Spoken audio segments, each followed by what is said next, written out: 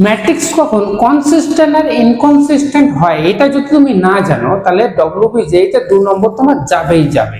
কেন? কারণ প্রত্যেক বছর এই রিলেটেড একটা করে প্রবলেম আসেই আসে।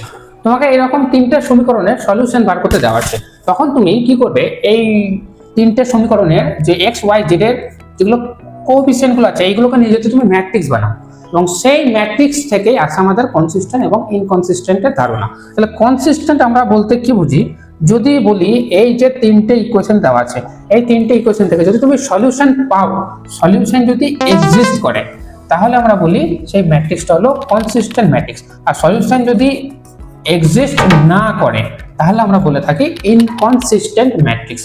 এখন তোমরা বলতে পারবে যে যদি তোমরা দেখো কোনো সময় যে ডেট, ওই ম্যাট্রিক্সটা যদি আমি ডে এ নাম দিই আর তুমি যদি দেখো det A not equal to 0, তাহলে এটা অলওয়েজ কনসিস্টেন্ট হয়, ডেট এ যদি নট ইকুয়াল টু 0 হয়। কিন্তু যদি তোমরা দেখো ডেট এ ইকুয়াল টু 0, তাহলে বলা যায় না কনসিস্টেন্ট কি ইনকনসিস্টেন্ট।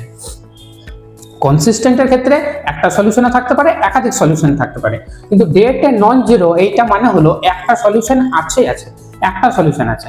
এবং ডেট এ ইকুয়াল টু 0 এইটার মিনিং দুটো দাঁড়ায়, একটা হলো যদি সলিউশন থাকে তাহলে অসংখ্য সলিউশন আছে, 2 নম্বর হলো যদি সলিউশন না থাকে তাহলে নো সলিউশন। তাহলে ডেট এ ইকুয়াল টু 0 বলতে কনসিস্টেন্ট হতে পারে, নট ইনকনসিস্টেন্ট হতে পারে, কিন্তু ডেট এ নন জিরো এটা কনফার্মলি বলে দেয় ম্যাট্রিক্সটা কনসিস্টেন্ট।